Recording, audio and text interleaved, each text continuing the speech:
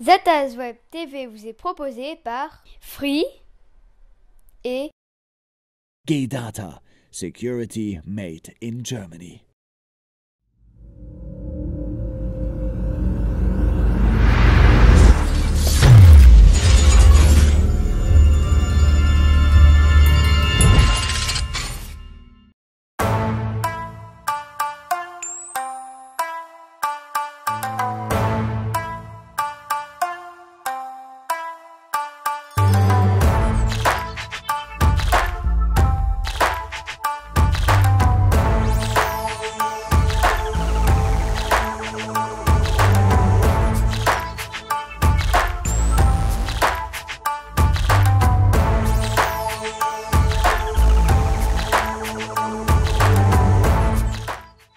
Salut à tous, c'est Zataz Web TV de ce mois de janvier. Je vous souhaite avant tout une excellente année 2014, le bonheur, l'argent, pourquoi pas, mais surtout la santé.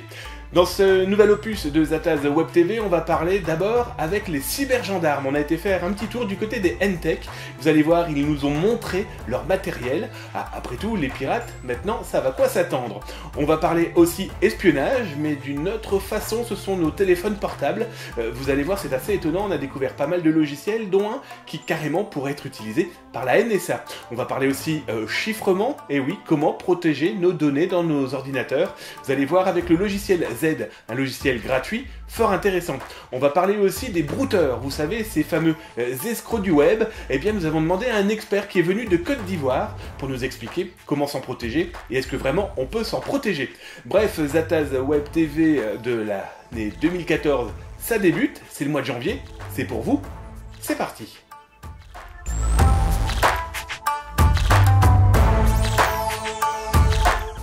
Le broutage, vous avez certainement dû en entendre parler, on appelle ça aussi communément le scan, ou le scam, ou encore les arnaques nigérianes. Bref, ce sont les arnaques que l'on trouve sur le web où des personnes vous proposent de l'argent à partir de votre compte en banque. Bref, comment ça fonctionne et surtout est-ce qu'on peut le combattre? Explication d'un expert spécialement venu de Côte d'Ivoire. Un brouteur, l'expression est née en fait d'un style musical créé il n'y a pas longtemps en Côte d'Ivoire, le coupé-décalé. C'était des jeunes artistes qui distribuaient l'argent en dansant et ça a incité les moins jeunes à se pencher sur ça et se sont rendus compte qu'ils pouvaient se faire de l'argent facilement en escroquant via Internet. Pour la plupart très jeunes, parfois on a eu à avoir affaire à des brouteurs de 10 ans, mais la moyenne d'âge selon les statistiques aussi entre 15 et 25 ans pour la majorité des brouteurs.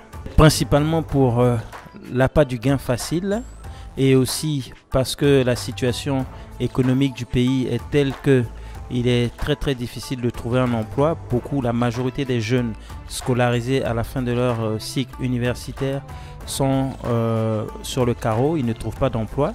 Donc en utilisant l'outil informatique pour se faire de l'argent facilement avec des gains pouvant aller à plus d'une année de salaire pour un fonctionnaire, la motivation est très forte. Donc ils le font pour de l'argent principalement. Malheureusement, il y a un train de retard. Nous ne pouvons pas grand-chose parce que l'appât du gain est tel que les jeunes ne vont pas faire autre chose. Donc, et cela nourrit aussi une certaine économie souterraine qui rend service à beaucoup. Il faut savoir qu'un jeune brouteur soutient sa famille, ses frères et sœurs, ses parents. Donc les parents ne vont pas le moraliser en lui disant d'où vient l'argent. Au contraire, ils fermeront les yeux. Donc ce phénomène malheureusement va perdurer. Bien que effectivement avec la réponse policière, parfois ça peut donner un coup, mais c'est comme une épée dans l'eau. Malheureusement, le broutage a encore de l'avenir en Côte d'Ivoire et en Afrique.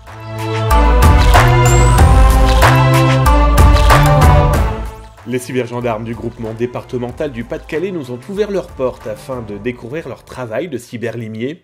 Enquête numérique, fouille informatique, que ce soit dans les téléphones portables, le GPS ou tout autre ordinateur. Les N-Tech et leurs petits noms ont aussi un rôle de conseil auprès des entreprises et des administrations territoriales. Un travail de prévention qui ne semble pas simple face aux attaques malveillantes. Certains secteurs d'activité se retrouvent confrontés à de vrais problèmes pas simples à endiguer. Là où ça nous pose plus de problèmes, c'est sur le tissu économique et social, qui est impacté directement par le biais d'entreprises qui se font crypter et chiffrer la totalité de leurs dossiers, qui sont du coup inaccessibles, notamment en matière de comptabilité, de tableurs et d'autres fichiers importants pour l'entreprise. Donc oui, les cas commencent à monter en puissance. Dernièrement, un cabinet comptable local qui bénéficiait d'un ordinateur serveur avec un système d'exploitation vétuste, une sécurité rabaissée pour des causes de gêne technique entre usagers, qui a été entièrement piraté et dont la totalité des fichiers comptables ont été cryptés contre demande d'une rançon de 200 €. Alors là, on parlait justement d'ordinateurs vétustes. Prochainement, Microsoft va stopper tout ce qui va être LED, les mises à jour de XP. Il faudrait craindre quelque chose si on ne bouge pas d'XP ? Tout à fait, je pense qu'il faut craindre quelque chose. En tout cas, il faut au moins se poser la question de savoir ce qu'on veut faire. Est-ce que c'est une machine qui a besoin de communiquer sur le réseau ou non? Est-ce qu'on va avoir des médias amovibles connectés dessus directement? Est-ce qu'on a pris les mesures suffisantes pour pallier au non-suivi des mises à jour de chez Microsoft? Il faut étudier la question, il faut en parler plutôt que d'attendre. Je reviens sur mon cabinet comptable.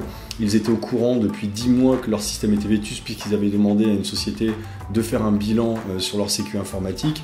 Il leur a été bien stipulé, ils ont préféré attendre en se disant qu'ils n'avaient jamais eu de problème jusque-là.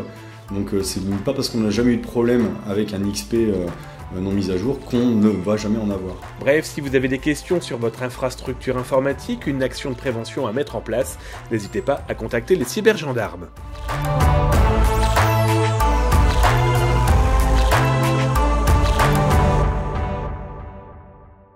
À l'occasion du Forum international de la cybersécurité, un challenge forensique, en gros un concours de ethical hacking où il sera possible de croiser des spécialistes de la sécurité informatique, des spécialistes à l'image de Nicolas Ruff. Cet expert en sécurité informatique français, va rejoindre le mois prochain Google, c'est dire les qualités du bonhomme. Nous lui avons demandé ce qu'il pensait, lui, de la fin de XP. Est-ce vraiment un danger pour les ordinateurs ? Je ne sais pas si c'est inquiétant, mais en tout cas, c'est clair que le public n'est pas prêt, comme on disait dans les séries des années 90. Enfin, quand je regarde autour de moi, que ce soit les stations-service, les distributeurs de tickets, les caisses enregistreuses, et même une partie du grand public qui a des vieux ordinateurs et qui ne voit pas la raison d'en changer, il y a énormément de gens qui sont sous XP, qui ne savent pas ce que c'est qu'un système d'exploitation, ou qui ont des systèmes industriels sous XP, et des logiciels de supervision en Visual Basic 6 ou autres qui passeront jamais en 64 bits et qui resteront donc sous XP toute leur vie. Je pense que la période post-XP va être assez rigolote. Après, il y a, avec Windows 2000 par exemple, quand Windows 2000 s'est arrêté, tout le monde attendait en fait la faille qui allait permettre de rentrer dans un Windows 2000 et qui du coup ne serait jamais corrigée par Microsoft. Or aujourd'hui, cette faille magique, elle n'est pas disponible publiquement. Alors, je ne sais pas s'il en existe, mais en tout cas, il n'y a pas de truc magique qui permet de rentrer dans un Windows 2000 à coup sûr, dans Metasploit par exemple. Après, si ce genre de choses sort pour Windows XP après avril 2014, là, je ne sais pas ce que fera Microsoft. Mais ça peut commencer à devenir vraiment dangereux si on peut utiliser ce mot-là. On peut craindre que des gens, 3 mois avant la fin de support, se soient gardés des failles sous le coude en se disant « Oh, ça vaut plus le coup, je la remonte à Microsoft, de toute façon ils ne donnent pas d'argent, donc je la garde et dans 3 mois ça vaudra de l'or ». Ça, oui, on peut le craindre.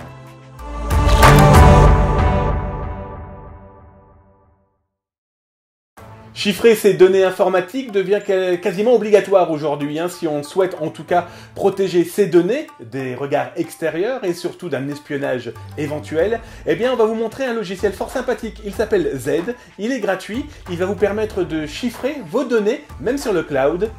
Démonstration.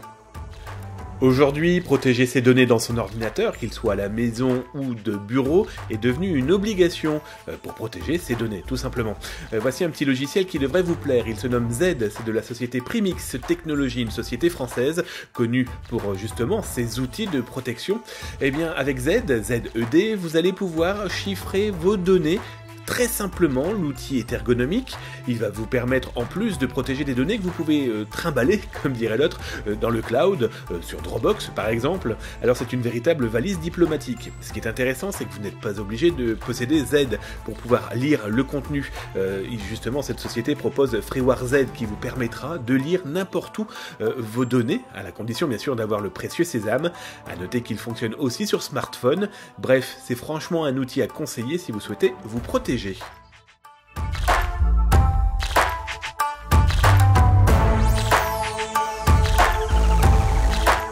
Le hacking, c'est aussi le détournement d'objets, à l'image de cette borne d'arcade à la sauce Pac-Man ou Spikes Evanders. Eh bien, cette borne d'arcade a pour mission d'expliquer comment combattre et comment se prémunir des maladies transmissibles comme le sida. C'est plutôt étonnant, nous avons été demandé au concepteur pourquoi cette borne et pourquoi elle était aussi efficace. Il y a vraiment l'aspect ludique qui devient très intéressant en termes de communication et d'atteinte aussi du jeune public. Et après, vraiment, il y a aussi tous des outils de quiz à l'intérieur, etc. Et on a développé ça avec le CHU Ambroise Paré. Et on a trouvé vraiment très intéressant aussi l'idée d'utiliser vraiment cet objet qui est atypique, qui dans un premier temps surprend les gens dans la mesure où on le retrouve dans un hall d'hôpital. Donc généralement aussi les gens sont attirés, voyez, à de la musique, c'est assez années 80, vintage, nouvelle technologie. Et donc c'est ça aussi qui crée l'engouement aussi pour l'outil en fait à proprement dit, quoi.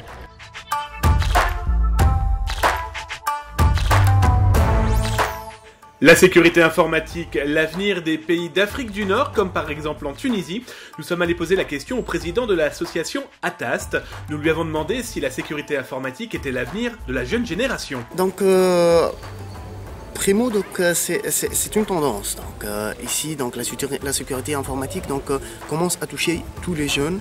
On commence à avoir assez de jeunes talentueux dans ce sens-là, qui font preuve, qui cherchent sur le net et qui essaient de résoudre des problèmes.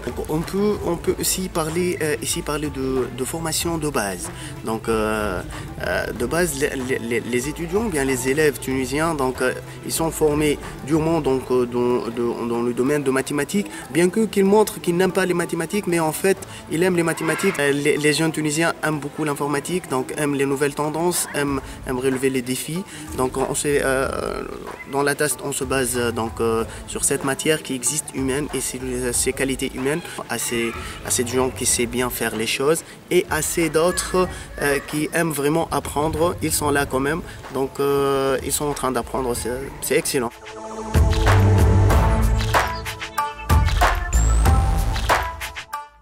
Dans ma main, un téléphone portable. Vous êtes très certainement des milliers, voire des millions à posséder un smartphone. Et comme certainement vous avez dû en entendre parler, il paraît que la NSA, les fameux services secrets américains, serait capable d'écouter et de surveiller n'importe quel téléphone portable dans le monde.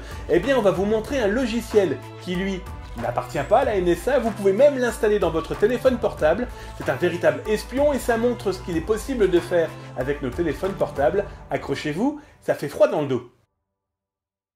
Vous avez très certainement dû suivre l'actualité sur zatas.com ainsi que sur datasecuritybrech.fr. Snowden, l'ancien analyste de la NSA, est parti avec des milliers de documents qui font un petit peu froid dans le dos. Pour preuve, la NSA nous surveillerait dans tous les sens du terme. Parmi ces espionnages, celui qui nous a le plus intéressé pour le moment, c'est celui des téléphones portables. D'après les documents de Snowden, la NSA serait capable de surveiller depuis 2008 tous les iPhones, serait capable de rentrer dans n'importe quel téléphone portable. Nous avons donc souhaité savoir si cela était vrai, et nous avons commencé à chercher des logiciels sur le web. On en a sorti un seul, qui est vraiment impressionnant. Il est tout public, il fonctionne d'abord et avant tout pour les smartphones Android. Vous l'installez dans votre téléphone, vous pouvez le faire jusqu'à 5 appareils, même les tablettes, et à partir de là, l'espionnage peut commencer. D'abord, vous savez où se trouve votre téléphone. À partir de coordonnées GPS, vous pouvez photographier, filmer, enregistrer le son, voir les SMS, voir et intercepter l'intégralité des données.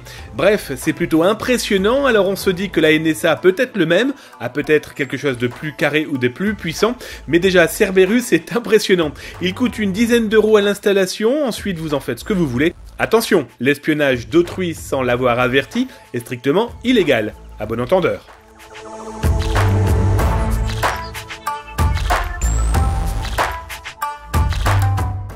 Voilà, Zaptaz Web TV de ce mois de janvier, c'est terminé. On se retrouve le mois prochain, même endroit et même heure. Et en attendant, portez-vous bien.